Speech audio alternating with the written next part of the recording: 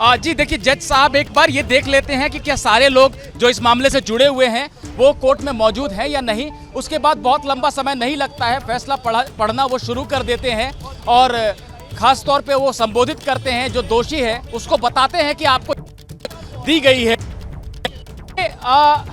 120B में 10 साल, आपराधिक साजिश में 10 साल की सजा, ये पहली धारा है और ये 10 साल की सजा ये बोली है।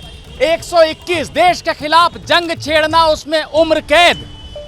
देश के खिलाफ युद्ध छेड़ना, युद्ध छेड़ने का दोषी है यासीन मलिक, दोष साबित हो चुका है और इसमें उम्र कैद की सजा मिली है। तो 120B में 10 साल की सजा मिली है, 121 में लाइफ इंप्रिजनमेंट उम्र कैद की सजा मिली है। ये जज साहब ने फैसला पढ़ा है। अभी तक ये जानकारी अंकित गुप्ता दे रहे हैं कोर्ट के अंदर से। 2 धाराओं के तहत अदालत ने सजा का ऐलान कर दिया है जिसमें महत्वपूर्ण हो जाता है आईपीसी की धारा 121 मतलब देश के खिलाफ जंग छेड़ने का मामला। इसमें उम्र कैद की सजा, यासीन मलिक को उम्र कैद की सजा सुनाई गई है 121 आईपीसी के तहत। 120B षड्यंत्र का ये मामला होता है, इसमें 10 साल की सजा। एक बार फिर शुरू करते हैं निपुण का। निपुण,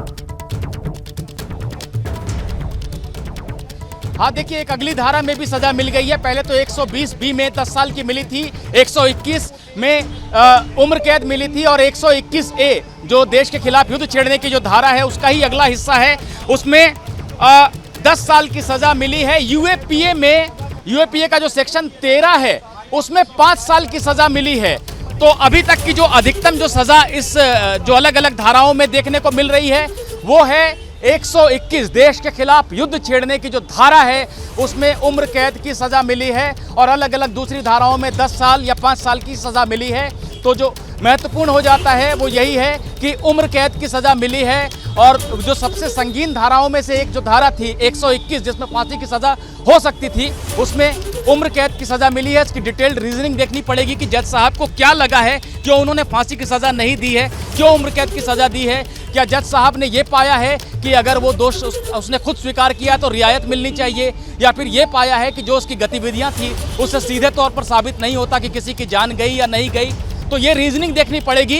लेकिन जो सबसे अहम जानकारी है वो ये है कि जो धाराओं में जो सबसे संगीन धारा थी उसमें से 121 में उम्र कैद की सजा मिली है। यूएपीए की धारा 17 में भी उसको लाइफ की सजा मिली है टेररिस्ट एक्ट में, और यूएपीए की धारा 18 में उसको 10 साल की सजा मिली है।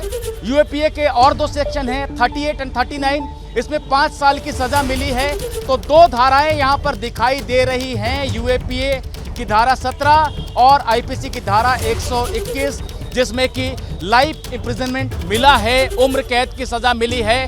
तो अब ये साफ हो गया है और कनकरेंट है ये जो सारी सजाएं हैं कनकरेंट है, यानी एक साथ चलेंगी, कंसेक्यूटिव नहीं है कि एक सजा काट लो तो दूसरी काटनी पड़ेगी। तो ये यासीन मलिक को बहुत ज़्यादा एक तरह से एक रियायत मिली है। जिस मामले में उसे फांसी की सजा मिल सकती थी उसमें उम्र कैद मिली है और अलग अलग धाराओं में जो 5 साल 10 साल की जो सजाएं मिली हैं वो भी कनकरेंट है, यानी लाइफ इम्प्रिजनमेंट की उम्र कैद की जो 2 सजाएं मिली हैं वो एक साथ चलेंगी। मैं लौटूंगी आपके पास सीधे।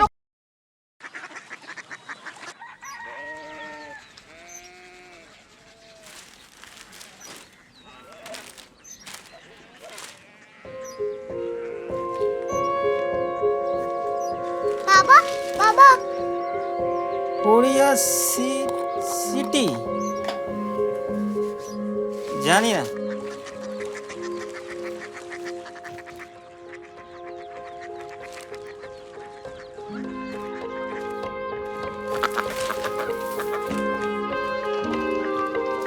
Korea city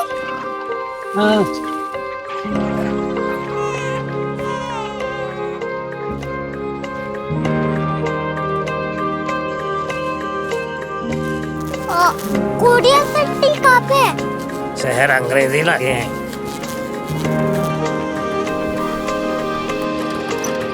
Korea city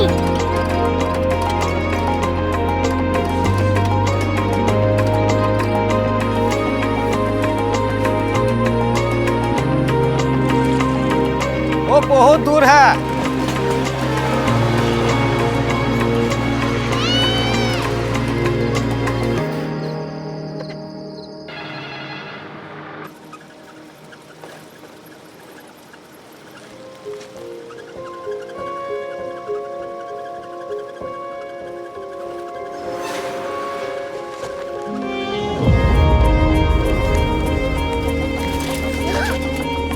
city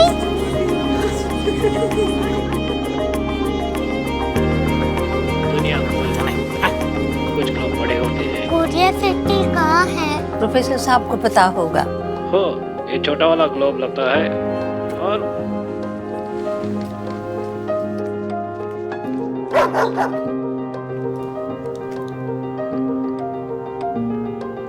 पता नहीं, मेरी बेटी से जाके मिल लो, शायद उसे मालूम हो।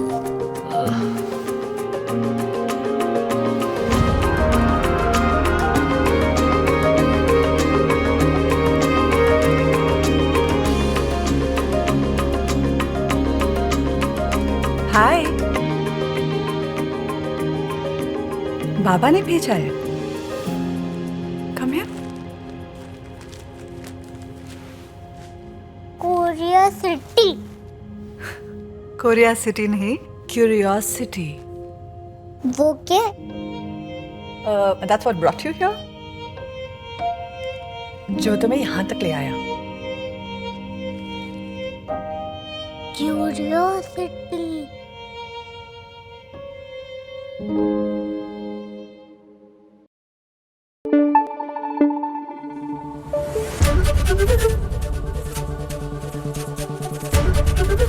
एबीपी न्यूज आपको रखे आगे।